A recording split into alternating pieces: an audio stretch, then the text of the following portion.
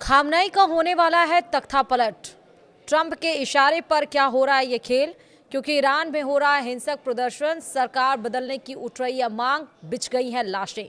नमस्कार, आप देख रहे हैं न्यूज़ 18 डिजिटल प्लेटफॉर्म। मैं हूं आपके साथ श्रुति श्रीवास्तव। ईरान में इस समय हालात तेजी से बिगड़ते जा रहे हैं। देश गहरे आर्थिक संकट से जूझ रहा है और इसका सीधा असर सड़कों पर दिख रहा है। ईरान के कई शहरों में 3 दिन से हिंसक प्रदर्शन हो रहा है। बढ़ती महंगाई, बेरोजगारी और मुद्रा की भारी गिरावट ने आम लोगों का गुस्सा भड़का दिया है। हालात ऐसे बन गए हैं कि जो प्रदर्शन पहले सिर्फ आर्थिक मांगों तक सीमित थे, अब वे सीधे शासन बदलने की मांग में बदलते जा रहे हैं। इन विरोध प्रदर्शनों की शुरुआत कुछ हफ्ते पहले हुई, जब ईरान की मुद्रा रियाल टूटकर इतिहास के सबसे निचले स्तर पर पहुंच गई।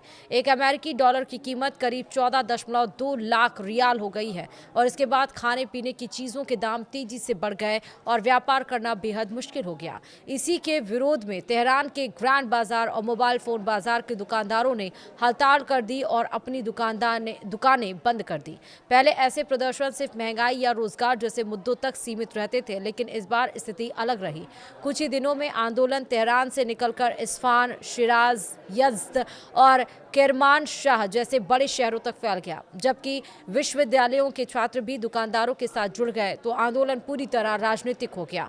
अब लोग तानाशाह को मौत जैसे नारे लगाने लगे हैं। इसके साथ ही ना गाजा, ना लेबनान, मेरी जान सिर्फ ईरान के लिए जैसे नारे भी सुनाई दिए। इससे साफ हो गया कि लोग अपनी आर्थिक परेशानी को सरकार की विदेश नीति से जोड़कर देख रहे हैं। सरकार की प्रतिक्रिया ने भी लोगों की नाराजगी कम नहीं की है। राष्ट्रपति मसूद पेजेश्कियान ने यूनियनों से बातचीत की बात कही। उन्होंने यह भी माना कि हालात बहुत मुश्किल हैं और सवाल उठाया कि जब बजट के लिए 62% टैक्स बढ़ाने की जरूरत हो और महंगाई 50% के आसपास हो तो पैसा कहां से आएगा।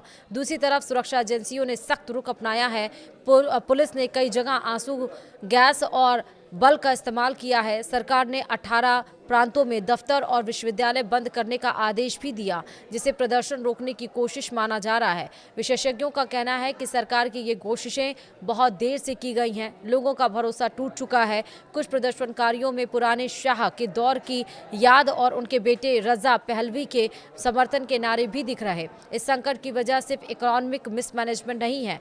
पिछले साल जून में ईरान की इजराइल और अमेरिका के साथ 12 दिन तक चली जंग ने हालात और खराब कर दिए। इस युद्ध में 1000 से ज्यादा लोग मारे गए और ईरान के कई परमाणु ठिकानों और बुनियादी ढांचों को नुकसान पहुंचा। और इसके बाद संयुक्त राष्ट्र ने वे अंतर्राष्ट्रीय प्रतिबंध दोबारा लागू कर दिए जो करीब 10 साल पहले हटाए गए थे। इन प्रतिबंधों से ईरान की अर्थव्यवस्था पर भारी दबाव पड़ा है और यही वजह है कि माना जा रहा है कि सड़कों पर प्रदर्शनकारी हैं और लाशें बिछ गई हैं। इतना ज़्यादा यहाँ पर प्रदर्शन देखने को मिल रहा है। अब सवाल ये उठता है, क्या खामनेई की सत्ता खतरे में है? ईरान में जिस तरह का तंत्र है और जिस तरह से सरकार चलती है, उससे फिलहाल ऐसा नहीं लगता कि खामनेई की सत्ता का तख्तापलट तुरंत होने वाला है। ईरान में सत्ता सिर्फ सरकार के हाथ में नहीं, बल्कि रिवॉल्यूशनरी गार्ड, सुरक्षा एजेंसियों और धार्मिक तंत्र के मजबूत नियंत्रण में है।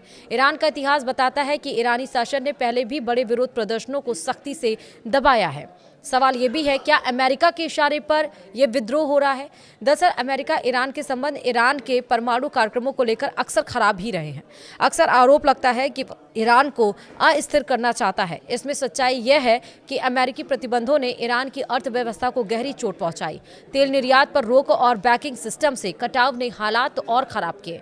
हालांकि मौजूदा विरोध प्रदर्शनों के सीधे पीछे अमेरिका के होने के पुख्ता सबूत सामने नहीं आया है।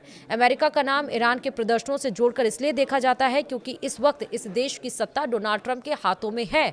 अमेरिकी राजनीति में डोनाल्ड ट्रंप और जॉन बोल्टन जैसे नेता हमेशा से इस बात के समर्थक रहे हैं कि ईरान में सत्ता परिवर्तन होना चाहिए। हालांकि स्पष्ट रूप से कभी भी ट्रंप ने रिजीम चेंज को लेकर कोई बयान नहीं दिया। ईरानी राष्ट्रपति हसन रूहानी को चेतावनी देते हुए ट्रंप ने अपने पिछले कार्यकाल यानी कि 2018 में सोशल साइट एक्स पर लिखा था, ईरानी नेताओं को वो परिणाम भुगतना पड़ेगा जो उन्होंने इतिहास में पहले कभी नहीं भुगता। उनके इस बयान को सत्ता परिवर्तन और सरकार गिराने की धमकी के तौर पर देखा गया था।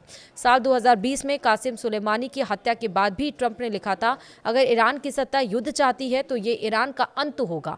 हालांकि ट्रंप ने बाद में साफ किया था कि वो सत्ता परिवर्तन की बात नहीं कर रहे हैं। कई बार उन्होंने ये स्पष्ट किया है कि अमेरिका सत्ता परिवर्तन नहीं चाहता है, लेकिन मौजूदा प्रदर्शनों को जिस तरह से अमेरिका का साथ मिल रहा है उससे लग रहा है कि कहीं ना कहीं अमेरिका ईरान में विद्रोह भड़काना चाहता है। फिलहाल 4 दिन इस विद्रोह को हो गए, लेकिन जिस तरह से आज यानी कि 1 जनवरी को ये विद्रोह जितना उग्र हो गया है उतना पिछले 3 दिनों में नहीं था, जो कि हालात अब बिगड़ते हुए ज़्यादा दिखाई पड़ रहा है। वीडियो में इतना ही। नमस्कार।